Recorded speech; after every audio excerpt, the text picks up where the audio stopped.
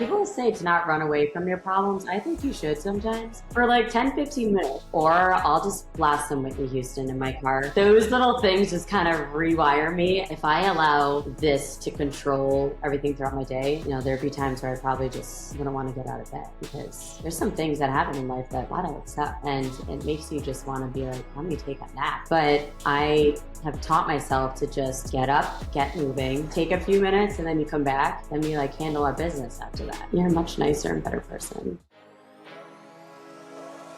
Pull up a chair. You're sitting at the table with Powerhouse Women, the podcast where bold women in business come to connect, collaborate, and build something bigger than themselves. We always say, if you're fortunate to have a seat at the table, pull up 3 more. That's exactly what we're doing here. This isn't just a conversation, it's a movement. We're creating space at the table for conversations that matter. The ones that challenge you, push you, and remind you that you do not have to do this alone. Every episode, we're talking growth, success, and the real, unfiltered truths of entrepreneurship. No gatekeeping, no fluff, just the perspective and community that you need to thrive. So, if you're ready to surround yourself with women who get it, you're in the right place, and there is already a seat with your name on it. What's up, powerhouses? Today, we're pulling up a chair for Victoria Posner, founder of Sweat with V. She's a certified personal trainer, online fitness and nutrition coach, endurance athlete, community builder, and entrepreneur who has spent more than a decade helping people become stronger, healthier, and more confident versions of themselves. She combines fitness, nutrition, mindset to create results that are both sustainable and empowering. She recently took her strength to an entirely new level, completing a marathon and then running continuously for 24 hours on a treadmill for Project 2442 in support of Boston Children's Hospital. Super excited for everything you have to share. Welcome, Victoria. Thank you for having me. We're so happy to have you here today, having a conversation with me and Morgan. And I think when we think about this podcast, you're really like the ideal person to empower or embody, I should say, what Powerhouse Women is, and everything that we stand for, and just like really empowering other women and being confident and all the things that go behind that. So you have so much to share with us. Let's dive in. We have a lot of questions for you, but let's dive in and start talking about kind of like your journey into the fitness space. You and I have known each other for quite some time. And when we met, you actually worked in the fashion industry and you weren't even an entrepreneur then. So what did your relationship with fitness look like? And then when did you kind of start to make it a career? So growing up, I played sports all the time. I was a lacrosse player, tennis, horseback rider, kind of did all of the things. But it was really after college, I started training with a trainer at my small gym in Barrington, Rhode Island. Really old school trainer, think like balloon pants, fanny pack, the whole thing. He was awesome, and he was so knowledgeable, and I had never strength trained before. That's more of a thing now with athletes. So back then I just went to the gym, and he taught me everything I knew about training. And he was like, "You're going to do a fitness show." And I said, "Come again?" And he showed me all these pictures of women in these bathing suits on stage that just looked incredible. And I am forever the girl with the sarong at the beach. I always have a sarong on. And I was like, I'm going to wear that on stage with all those lights. Probably not. He's like, I think that you should do it. And so I started training for it. And in that process, I just realized how much more confident I felt, and just the discipline it took to do that. And I wanted other people to feel that, not necessarily being on stage, but just the level of confidence that I had and the discipline it taught me. And that discipline carries on to other things in life. So that's really what got me into wanting to be a trainer. And then I started training by teaching a trampoline fitness class, which was epic. It was awesome. But when people think back on my story and like where I started, it's just really funny that it started with club lights and these mini trampolines. And in Rhode Island, and then I ended up here in Miami. I love that. I feel like that's very you too. The trampoline. It is very on brand. Very on brand. I did a trampoline fitness class the first time like 2 years ago. It was the most fun. I was giggling the whole way through. I was like, I'm getting an ab workout from just doing this, and I bought a little one and brought it home. Like, I love it. It's so much fun and it's so playful. And I feel like that's a huge aspect of fitness in general, that if you're having fun doing it, it doesn't feel like work. It's like something that you get to do. But I truly think it actually helps you have better workouts. Do you think that you kind of viewed it that way as well because you had a little bit of an athletic background? It's a little like a sport element to it. Yeah, I think it's also about like rewiring your brain and telling yourself, like you're saying, I get to do this. This is awesome. This is fun. Instead of like, oh, this is torture. You know, everyone was laughing on there. Some women were like, oh my God, I peed my pants while we're doing it, but it was still great. You know, it's a fun atmosphere. And I know that there's classes in Miami, and people should definitely do it. I still have mine in my storage unit, which this conversation is making me want to take it out again. So I might just go right there after to get it. But it was a good way for me to enter into the fitness space because it also just allowed me to have fun and taught me that side of being a coach, being a trainer, and making sure that while there's a time to be serious, there's also some time to like have fun and just bring joy to what we're doing. Yeah, absolutely. Absolutely. I think it's nice also that kind of like got you into it in that way as like your first class. I'm curious because when you and I obviously reconnected and I reached out to you because I really wanted your help like learning what to do in the gym, and a big part of that was confidence too. I think, you know, I'm not alone in that, where so many people, like if they're not used to going to the gym or strength training or working out, it's super intimidating. And you definitely like gave me a lot of confidence to feel like I can do it. But do you have any advice for people who feel that way, who maybe like aren't so into fitness, but they want to get into fitness and they feel a little bit intimidated? I think if you're going to train in the gym, it's always important to get someone that can help you along the way. Get a trainer, even if it's only for a few times, but don't just let them train you, tell them. And this is something that I do, but if your trainer doesn't do this, I would tell them to show you how to set up, like how to set up a leg extension or a hamstring curl for your height. So that when you go into the gym by yourself, you're not like, we use this machine, but I can't figure it out. And then you're pressing all sorts of things and you're like, everyone's watching me, and it's super uncomfortable. So I always tell people, just ask your trainer, show you how, show you what setting you should be on, and just put it in your phone so that when you go by yourself, if you forget, you can just check or take photos or videos when they're showing you how to do it. And I think that always helps with feeling confident in the gym. Yeah, that's a good point, because getting the machine set up is the hardest part. It's so true. You're like, everybody's watching me. This is so embarrassing. Like, yeah. And don't worry about like loading a barbell. It's like the clips, you're having trouble with trying to get it on and off. Like, everyone's been there. It's all right. Yeah. I remember sweating in the gym. I'm like, everyone is watching me right now. I'm struggling, but everyone's been there. Yeah.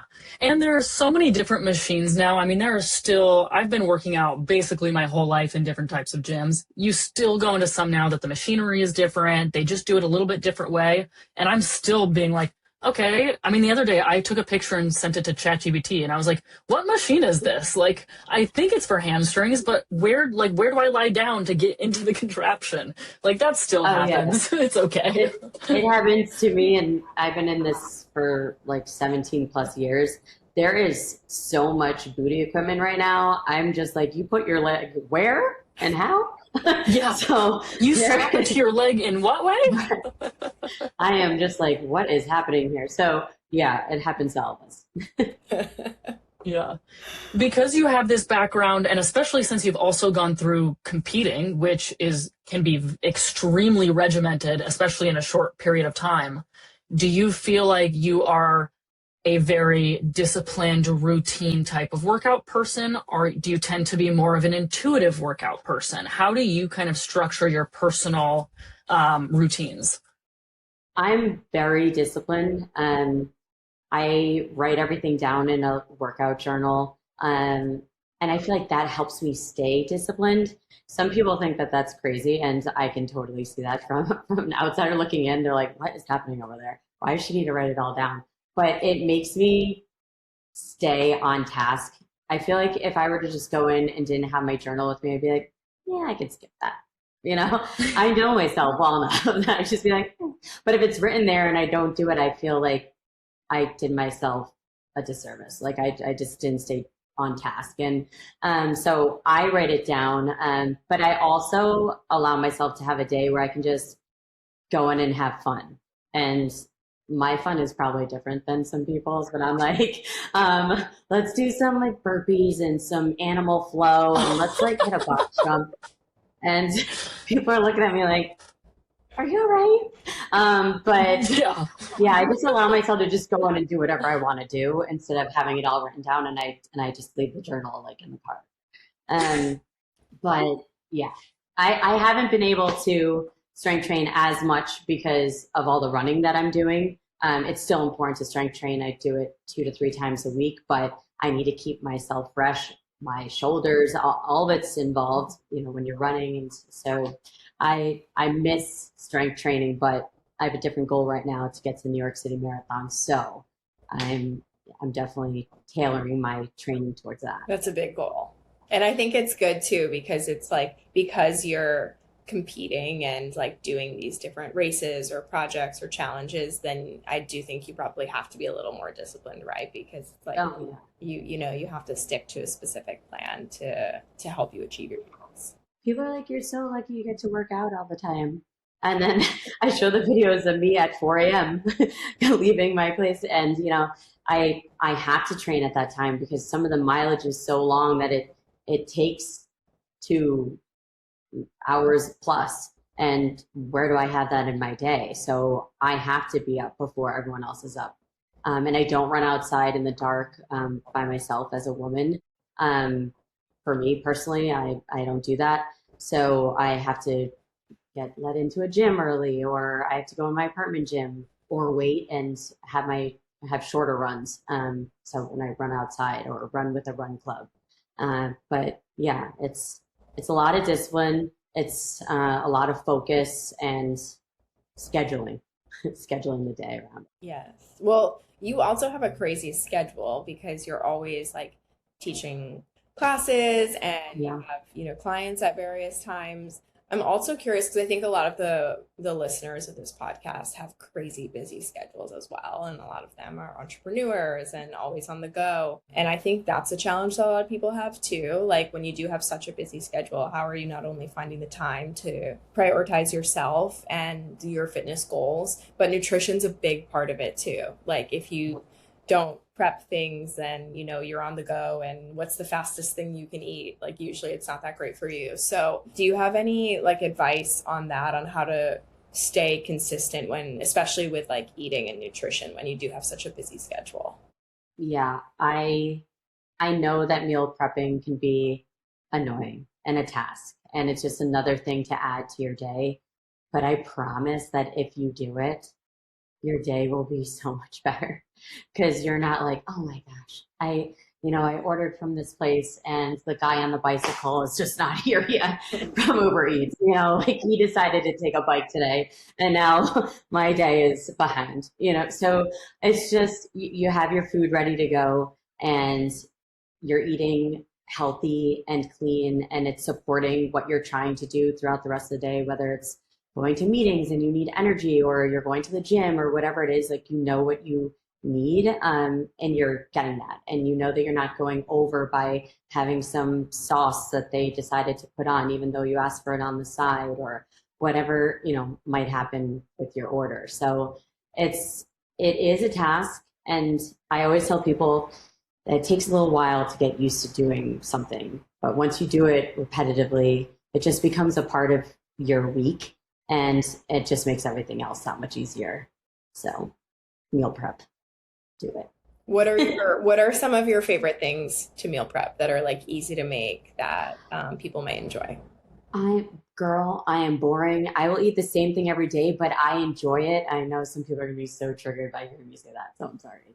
But I eat ground beef. I eat broccolini, a lot of green beans, and I don't really make a lot of chicken because I had to have so much chicken when I was doing fitness competitions that it's like gives me the ick now. I just can't. I haven't been able to go back there. But just yeah, ground beef, tuna, like tuna in water in a can, like just rinse it. It's so easy, and just have some green beans and sweet potatoes, or I get rice that you can microwave in a bag. It's probably not the best for you, but sometimes that's what it is. It's better than going out. So, yeah, protein, carbs, fats, always. Love it. Can't go wrong with little ground beef. Yeah. And I mean, you can use sauces. I use this company New Sauce. This is not an ad, but I use this company New Sauce, and it's healthier sauce. You can find it online, and I love the flavor. They have so many different flavors, and I just put a little bit of that on, and I'm good. Yeah, you can spice it up a little, you know? Yeah, spices, all the different things. Like you don't need a ton of sauce, just some good spices, and you're good. Yeah, I love it. Well, I think one thing we really want to talk to you about today was mindset. And with that, gratitude and just like being able to do hard things. Obviously, we're going to get into, some of the most recent things that you've been able to accomplish. But something that always stuck out to me was you relatively consistently will post a list of gratitudes on your Instagram story. And I love that because it's always a reminder for me that I need to be practicing gratitude. But how does that practice look in your life? Like, and have you always been a person that maybe it came naturally to, or is it something that you feel like you work at? Everyone has some tough times in their life. And I think at one point I was going through a lot in my personal life, and I just couldn't get out of it. I mean, I was going throughout my day, going throughout the motions, but inside I was like, I'm just not feeling great. And so I started to write this list of what I am grateful for, and what is going right in life, and open up my eyes to all the beautiful things that are happening and that I do have in my life.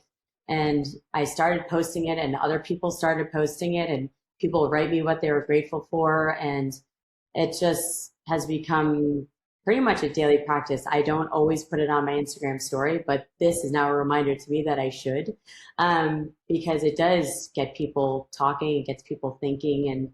And it's important because, like I said, everyone has these moments in their life where they just feel like nothing is going right and everything is just happening to them. But when you open up your mind and your heart to all the things that are going right and beautiful things, more things happen that are just beautiful. It just kind of keeps going. It keeps manifesting into more things that are awesome. I love that mindset. And that's so powerful. And you kind of were talking about being able to reframe things earlier, and sometimes seeing struggles or hardships that you're going through as opportunities, and they might suck. They might be really testing you, but being able to reframe it, see gratitude where you might not be currently, and being able to change it and kind of trudge through and be like, if I can get through this, it will be better. Like, can I see the good in it, is so powerful. And that trickles through everything beyond just physical fitness. So that probably just bleeds into every other area of your life, because it is all interconnected. Right. And start looking at the things that are challenging or that have been putting you down as an opportunity to learn from them. And I really believe that everything that happens to you in your life gives you the opportunity to rewire your brain and think about how you could change things, or how that could not happen again, or how you can remove yourself from a situation if you need to, before allowing it to turn into something bigger. There's always something to be learned from the lessons, and then become blessings in your life. Yeah. Well, something I also admire, and for anyone that follows you, I'm sure they would agree, or new listeners who will follow you after this episode, is you're always very open and honest and authentic on social media in the way you show up. And just even hearing you talk about like some of these things, a lot of times when you share, you'll sign off, I've seen as like your big sis, Victoria. And I love that. Is there something that made you think that, like, or some experience that made you think maybe I should be sharing more, or like being more open online with all of, the wisdom and the things that you have inside of you? I think it's really nice to be able to share in that way, and not a lot of people struggle with that. Yeah, I think that, well, I don't think, I know that growing up, I wish I had a big sister. I really did. And I still do. I hope that one day I marry someone that has a sister. So yeah, I've always kind of wanted someone to look up to myself, growing up. And so I often will sign off like that, because I hope that I can be the big sister I never had, to someone that's watching or listening. And I think that we are often looking at Instagram and seeing everyone's highlight reels. And I even said this the other day on my Instagram story, that my life is not a highlight reel. And people look at me all the time, like, you are Coach V, energy, lightning bolts, just ready to go all the time. And yes, I am full of energy, and I love dancing and having fun with my class and just, all the energy. But I also have my own struggles. I also go through things. And I think that the younger generation is seeing so much of people in Europe, people, on their yachts, and people just traveling all the time, and their life is so great and all this stuff. But a lot of those people probably have their own struggles as well. Everyone has struggles, and we're just not seeing that. And I think it's so important for any young girl or guy that follows me to see that life isn't always sunshine and rainbows, as they say. There are difficult moments. It's just how you go about handling those moments that are going to change the trajectory of your life. And so yeah, I think it's really important to share those tough times. Share the wins, but also share the losses, and share what you've learned from them. Yeah, it's such a good reminder when I see that too, and even having this conversation, because the most engagement probably that I ever get on social media is times when I've posted about something like maybe not so great that happened to me, especially like I've gotten away from doing it again. This is a good reminder, but like I would share things just about like my business or my week, or sometimes like things that weren't going well and that were very difficult. And the amount of messages that I would get back, it was like so much more, right? Because it's relatable. It's so relatable. And I think it's refreshing too, like you were saying, because 95% of what we see on social media is not that. So it's just, I think, really refreshing for people to see like, wow, I'm not alone at the end of the day. Especially when you're looking up to powerhouses such as yourselves, you think everything's going right for them and they're just crushing it at life. But it's all the little details that you have to go through throughout your day to make it that. And people aren't seeing that, setting up the home, setting up, all of it is a part of what becomes up here. But so many times we just see this. We don't see all the things that like, so it's important. And recognizing that kind of like every step of the way comes with its own challenge, whether it's an internal or external situation that you then have to face. You have to decide where you're comparing to somebody else's decision, and then being like, hey, there's a lot that I might not see behind them. I don't know what they're facing. I don't know what challenge they might be going through. Maybe they are in a great period of life and they're not dealing with anything right now. But what did they have to get through to get there? Like, right. It's not just this easy linear process for everybody.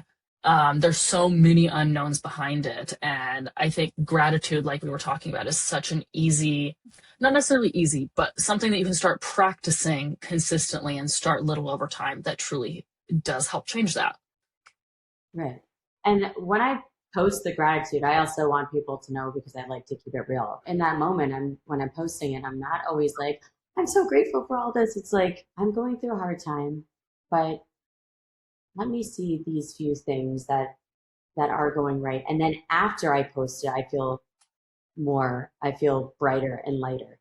But when I'm going into posting it, I don't always feel like, yes, amazing. But it's after I'm like, all right, it's like a breath of fresh air. Yeah, a little reset. Mm-hmm. Right. I was also curious too how you see, I guess, just like mindset overall, because obviously, you are so into fitness and it is your career, but you also have this focus on like gratitude and mindset. How has that opened up your eyes to kind of like the mind body connection and how that works, just in terms of like, okay, if I'm feeling mentally bad today, how does that impact my body and vice versa? Yeah, if I feel like I'm struggling with something mentally, it does affect my body. It makes me tired, makes me just kind of lethargic throughout the day. But how I go about that is just trying to get myself moving. I often will, if I'm going through something and I need a little reset, I'll try to just go for a walk outside, just kind of not to be all kumbaya, but like become one with nature. Like I'll just go for, like Victoria needs a walk in the grass right now, okay? And then we'll come back and we'll handle all putting out all the fires. So yeah, I'll go for like a 15-minute walk and just kind of get a breather.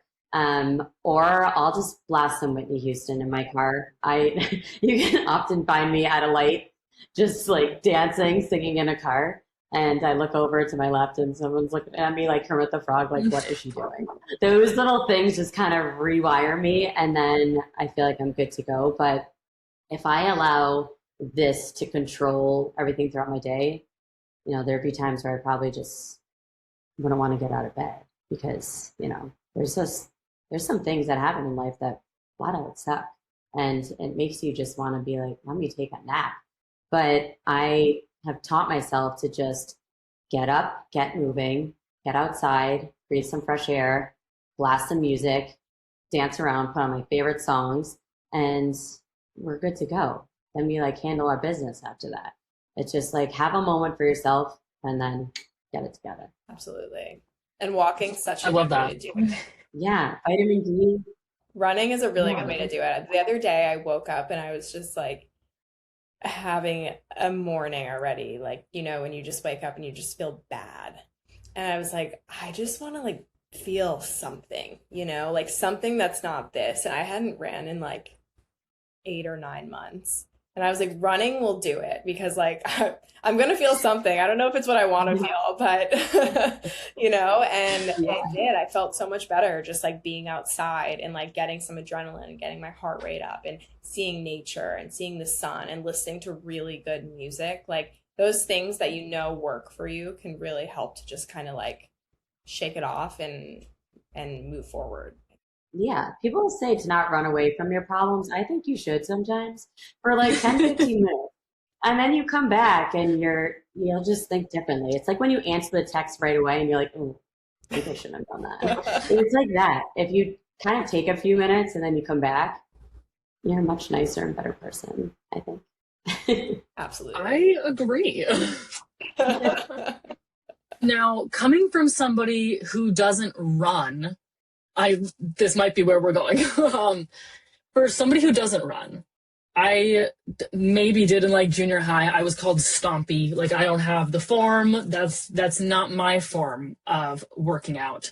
How does one then decide I'm going to do a marathon, and then after that be like that wasn't enough? I'm going to run for 24 hours straight. How does that happen? So yeah. It's funny because people call me a runner, but I'm like, I am not a runner. They're like, girl, you ran for 24 hours straight on a treadmill. You a runner. Whether you like it or not, you're a runner. I'm like, Yeah. maybe. I guess it is me. I did do that. But yeah, I didn't run for a few years consistently after some calf strains, but the whole 24-hour Project 2442 was about something deeper. And I think when you have a strong why behind doing something, then there's just no stopping you. that's just kind of how I've been. And I think that you choose your hard. Like people say, oh, you ran 105 miles, 24 hours on a treadmill. The New York City Marathon is going to be no big deal. Every run is hard. Every single run I've done is hard, whether it's 2 miles or 105 miles. It's just what's your hard for that day. And sometimes when you set it in your head, I was listening to Kevin Hart. He was on a podcast on Call Her Daddy, I think. And he was talking about how you choose what's hard for that day. So if you tell yourself, oh, I got 5 miles today, that's going to be hard. And tomorrow we say, oh, I have 12 miles today. Well, that'll be hard. Well, and then the next day you run 5 again and that'll be hard. Well, you just ran 12 yesterday. You can do 5 now, but it's whatever you set in your mind for that day it's going to be hard because that's what you're telling yourself. So the 105 miles, I ran in honor of my best friend, Amanda, who I lost to cancer 3 years ago.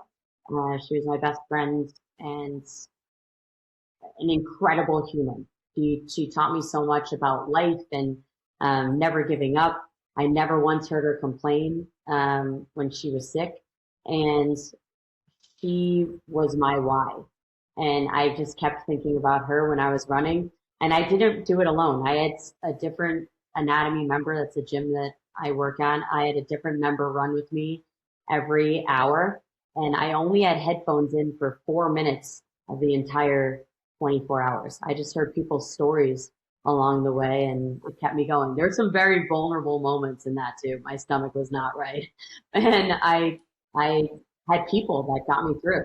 And it just taught me so much about community and how important it is to align yourself with people around you that want to see you win and want to support you. So one of the things I thought was really funny was the questions that people were asking you on Instagram about running for 24 hours on a treadmill. What is that? Yeah, are you going to wear a diaper? Like, how are you going to go to the bathroom? And I said, yes, I'm wearing Depends. I'm just not going to go to the bathroom. Of course I went to the bathroom. Anytime I went to the bathroom, the clock stopped. And this is how crazy I am with the discipline. So I brought a stopwatch with me to the bathroom because I knew how long I had before I had to get back or the treadmill would just turn off. So I wasn't just going to the bathroom. I was on a time frame every time I went. It was wild. My stomach did not like those gels. And there was a point where I was running and talking to people like this. And it was bad. And like I said, I had vulnerable moments with the most beautiful part about it is that those vulnerable moments happened with people that I had never really had a relationship with before, besides them being an anatomy member. And there's this one woman who at night, she was like, I'm going to rub your stomach in the bathroom. We're going to lay down. We're going to stop the clock. We're going to write down the miles, blah, blah. And we're going to go in the bathroom and I'm going to rub your stomach. And whatever happens, it's just you and I in here. And I'm like, girl. It's so embarrassing. She's like, whatever, just let it out. And I'm like, oh my Lanta. But we got through and we got back on the treadmills and we were singing like, I think it was Backstreet Boys. And I did not think I was going to get back up on that treadmill, honestly. I really did. I was like, I'm going to have to think about what I'm going to tell the people. And then I was like, I have my why. I need to do this. I don't care if I'm crawling. I got to do it. And we got back on there and we started playing Backstreet Boys. This was in the middle of the night. The music was blasting. It was just us in there. We did it. We just kept going. It was truly amazing. It makes me like emotional just thinking about it. Yeah, it was definitely not a project that was done alone. Yes, I ran the 105 miles, but it's really the people along the way. And, as corny as that might sound, they got me through because there were definitely some trying moments where I was in tears. I felt nauseous. And they just pushed me along, whether it was talking, dancing on the treadmill, singing.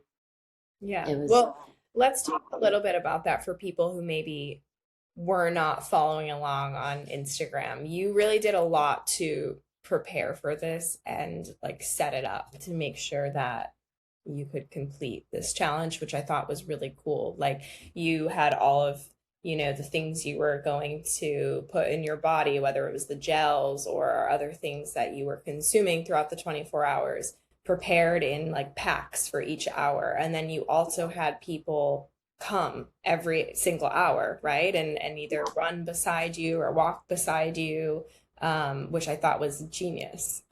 Yeah, it helped so much. Honestly, I had a handwritten note to every person that was running next to me with the Boston Children's Hospital sticker, and then the fuel that they were going to give me each hour, which I was really just going by different things ultra marathoners had told me. I'd been messing around with gels for months before that, like 2 months, because I decided I was going to do it 2 months before. When I told the gym and I asked them about doing this, they're like, so when are you going to do this? Like in the fall? I was like, no, in 2 months from now. They're like, come again.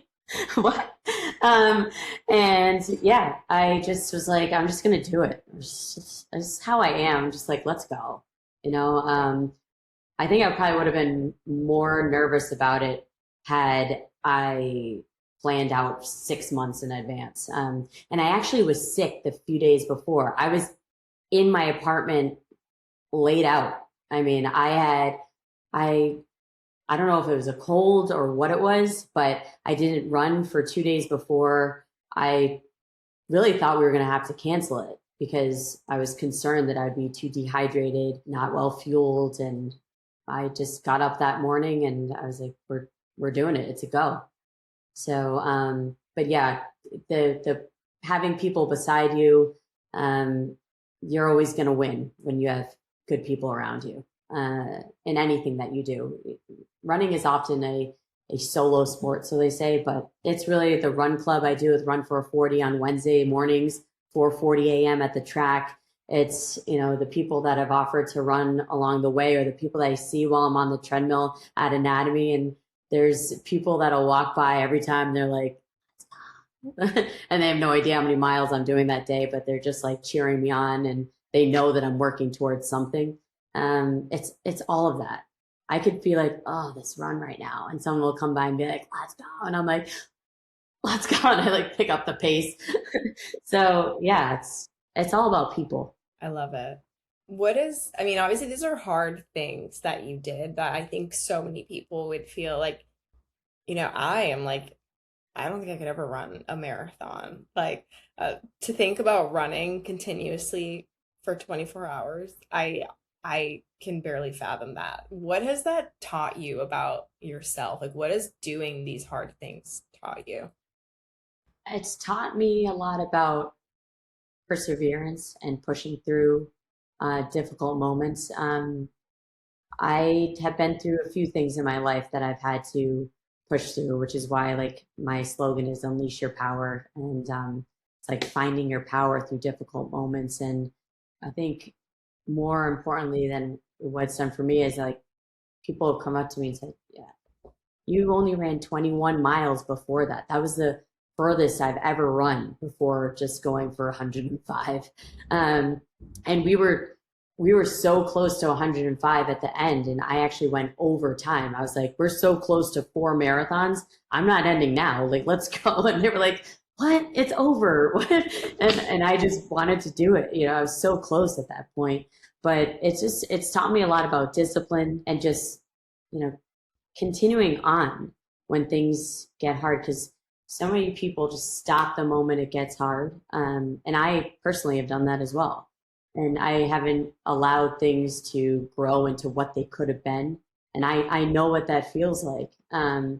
But I've grown so much since those moments, and have taught myself that this is where the good part starts. I actually listened to a podcast that a runner sent me. The woman was talking about when it gets sticky, when it gets muddy in the run, and it's just like you don't want to go further. Celebrate that moment, because it's such a big deal that you even got to that moment. And that really rewired everything that I was thinking going into this. And I had that on my mind as I was running, and it's really just pushing through those tough moments, because there is a lot of like glory, joy, change, growth on the other side of it. Just like when you're lifting and it's tough, or you're in a HIIT workout and you're like, I oh my gosh, I need water, I need this, I need that.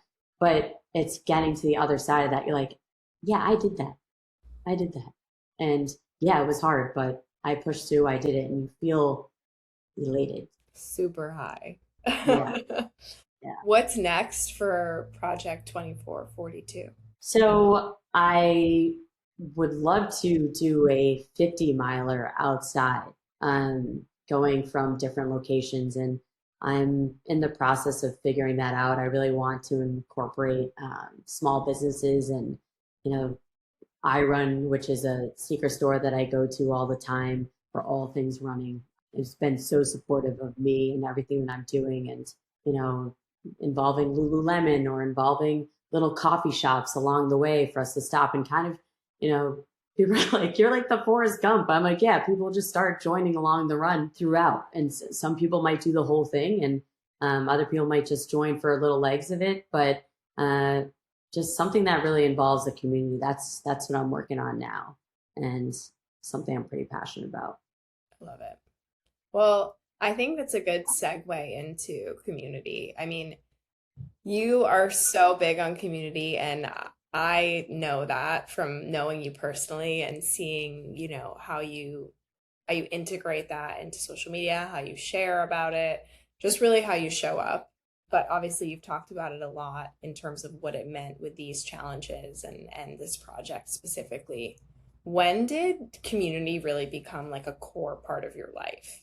You know, I was always on teams, and I knew what that felt like to have teammates, and captains and coaches and all of that. And I feel like that was always such a big part of my life, being on different athletic teams. But I think being in Florida, where fitness is a way of life, and I started doing these workouts at different locations in Fort Lauderdale when I first moved here, and just seeing people come together and enjoy sweating together, and just push each other and encourage each other and inspire one another. It just seeing the photos when I look back, and just the joy on people's faces and the high fives and all of it, that's my heartbeat. You know, that's what gets me up in the morning. That's what makes me tick. You know, people writing me after class, telling me what it meant to sweat with a bunch of people, and to just, you know, how it helped them throughout their day. All of that stuff matters to me. I'll never take one of those messages for granted. All of it means the world to me, and I think that they know that. But community helps people in good times and in bad. And, you know, it's a common theme with everything that we're talking about, because it's true. It's just, you can get through life on your own. You can. But when you have good people around you and people that want to see you win, genuinely want to see you win, there's just no limit to what you can do. And so if I can be a vehicle that can bring people together, whether it's over a project that I do, or it's a class, or it's an event, I'm 100% down. I want people to feel that. I want people to leave making new friends and feeling the joy that it can bring. I love how you describe it, but that's also so palpable even through a screen when you're talking about all of these things. So, and clearly the stories of people just seeing you and cheering, you've made that such a big part of your life. Were you always community focused? Did you always have people around you even when you were like young? Or do you think that was something that you kind of like cultivated? No, I was like bullied as a kid. I had a lot of boys that wanted to be friends. And the girls were just like, yes, bitch. So I didn't have a lot of girlfriends growing up. It was only later on in life, like in my 20s, that I started to really have girlfriends. And I have a good core girl group in Rhode Island those are my ride or dies. Those are my girls. Whether I talk to them all the time or not, like I've always said that the people you don't need to talk to every single day, like sometimes those are your closest people. You just pick right back up. Like, well, I'm going home this weekend and we're just going to pick right back up where we left off. And I love that. And I still think I'm an introverted extrovert. I don't know. Like I do a lot of things on my own. I go to dinner on my own and I enjoy that. Like it's sometimes that's just like peace for me, whatever. I do a lot of things alone, but I also, I know that when I was younger, I really craved this community or these like friendships that I didn't have.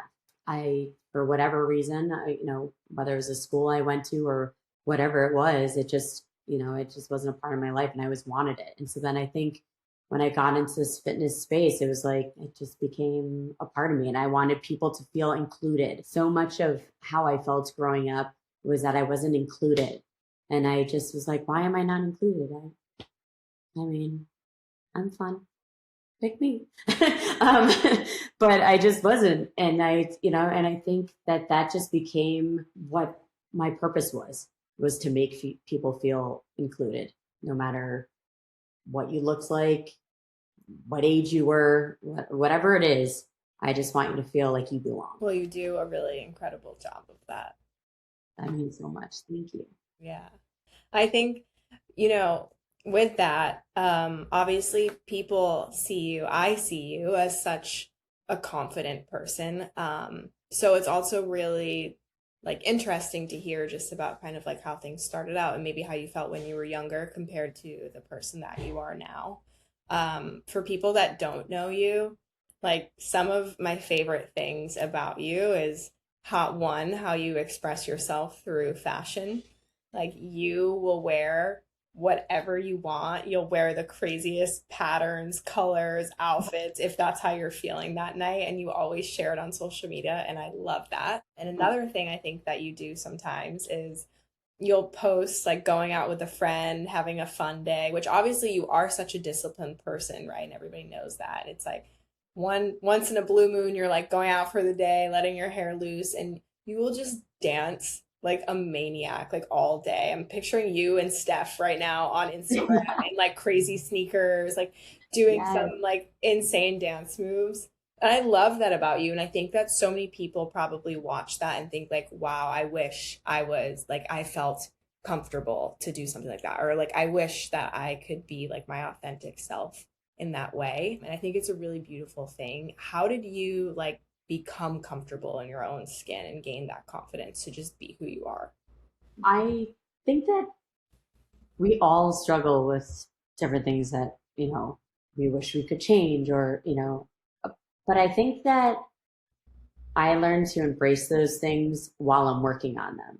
So while I am like a glute coach, a lot of people would refer to me as a glute coach or abs or, I didn't exactly love my legs, but then I started working on them and training more. And in that process, I started to love on myself more.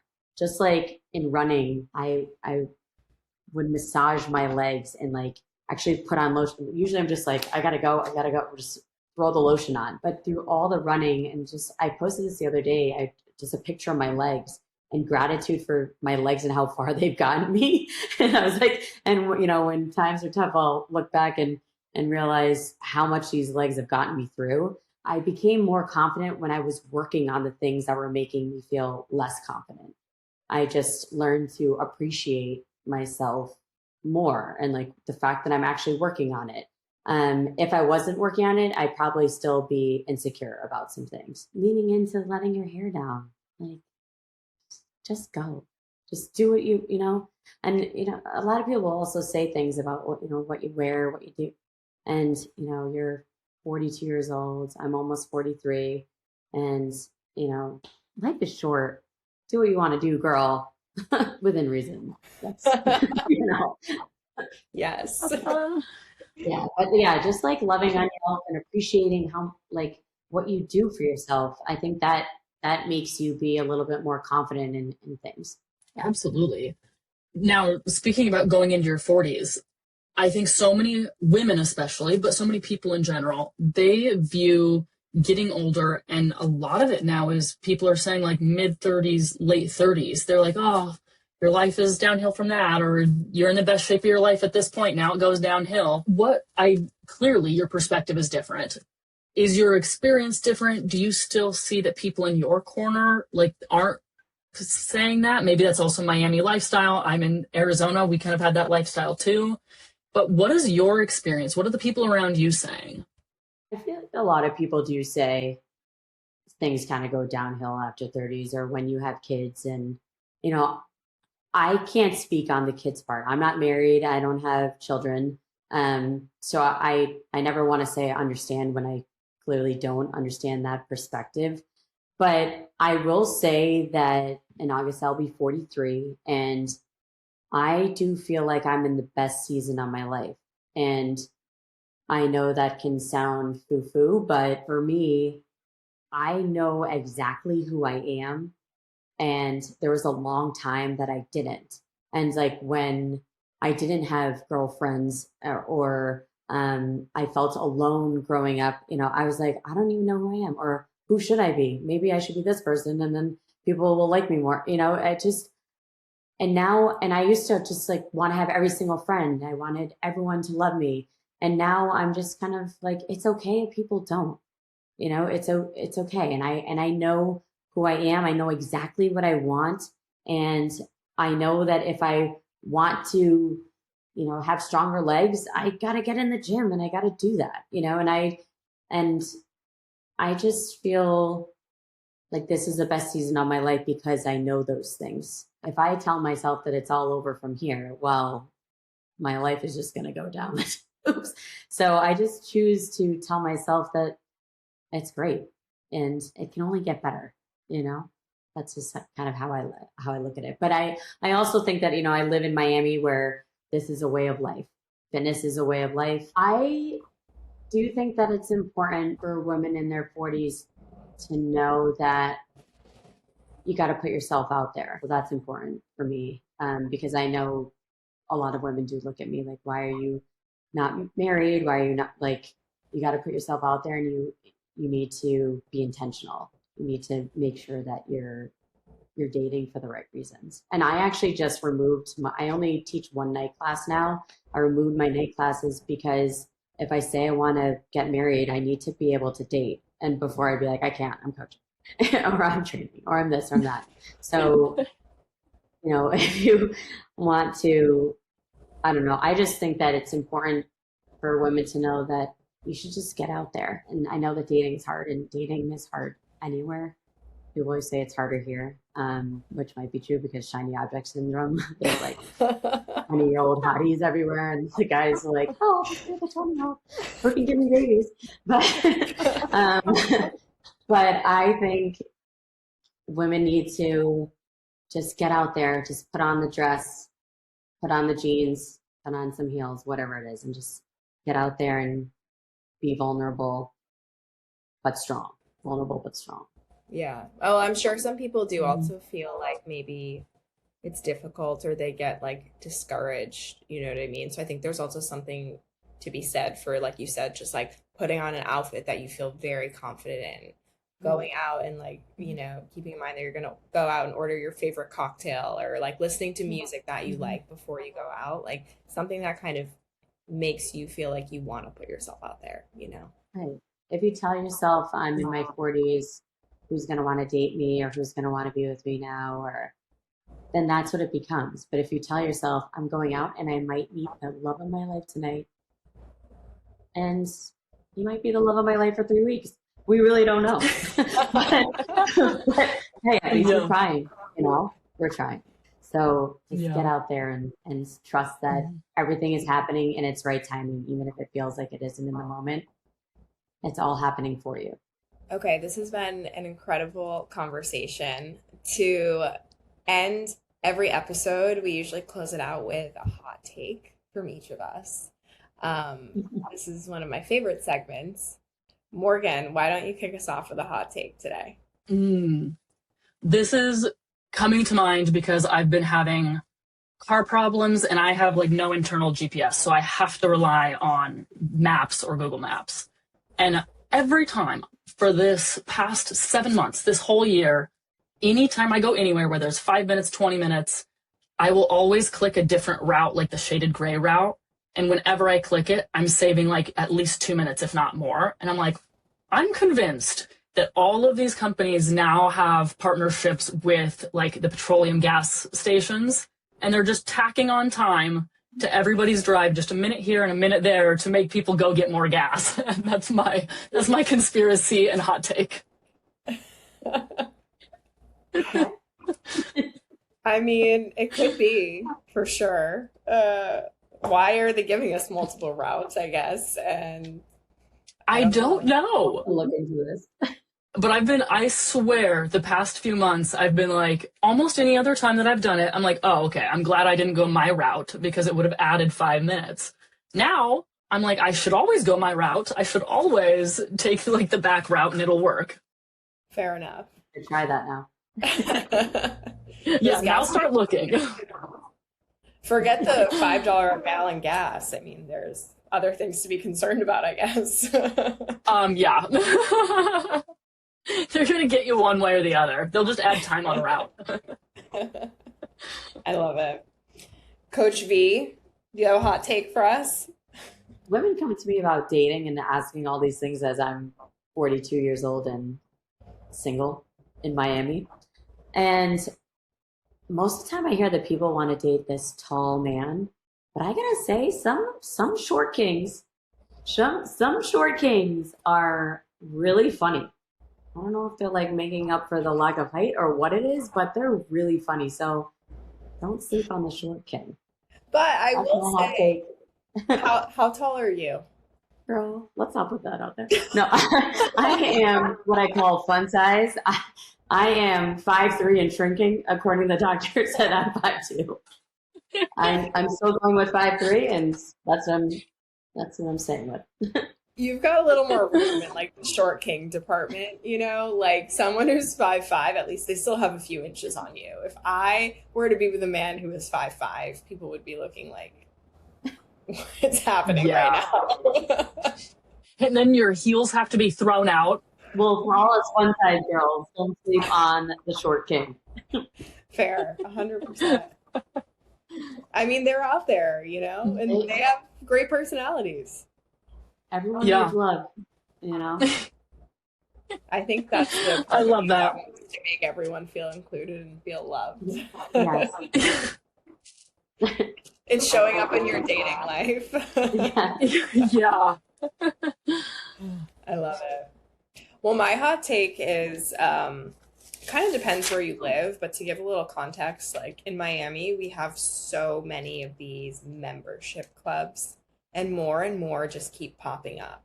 And so there's like beach club memberships where, you know, you can spend $10,000 a year to go to the beach and get beach chairs at a nice hotel. And then, you know, once you're there, you still spend maybe $300 that day on food and drinks and whatever else you want to order. There's now like restaurant membership clubs where some of them are like $25,000 a year to be a member at this, and you get priority reservations and access to go spend money at this restaurant. And I think my hot take is that's a big scam. I will never be falling for that, no matter how much money I make. You will not catch me spending $25,000 a year so that I can have access to a restaurant. That's it. I mean, I'm a Rhode Island girl. Like, my dad and I, growing up, would get in the car with our beach chairs, lug all the stuff. I mean, they just don't know about this anymore. Lugging all the stuff in like a wagon or not, and just holding it like this, going onto the beach. And like, I will still do that.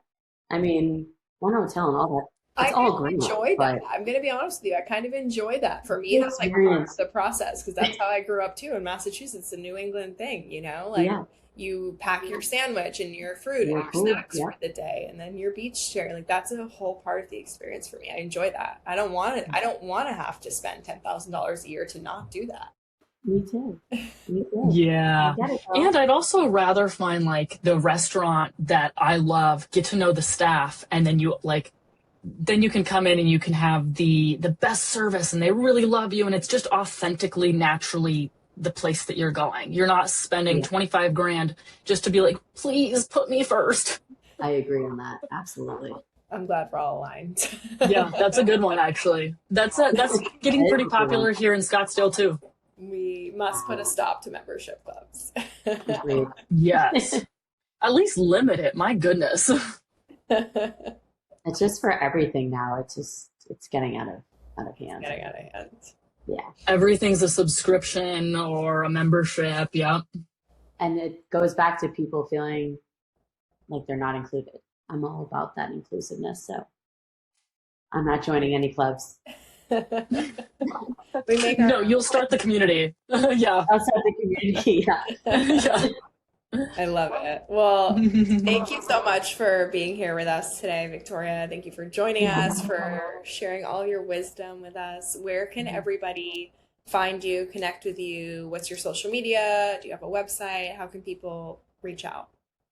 So the best way to find me is through Instagram, so I can get back to you as soon as possible. Sometimes emails, you know how that goes. There's just a long list of emails. So you can find me on Instagram at Victoria Posner, Posner. Amazing. And she's the best to follow. I promise. Her content is so entertaining. And thank you so much for being here today. Thank you for having me. Bye. Bye. That's a wrap on this episode of At the Table with Powerhouse Women. Thanks for tuning in. If you love today's conversation, be sure to like, subscribe, and leave a review. Your support helps us keep pulling up more seats at the table. Want to keep the conversation going? Join the movement at powerhousewomen.com/society. And connect with us on Instagram at Powerhouse Women.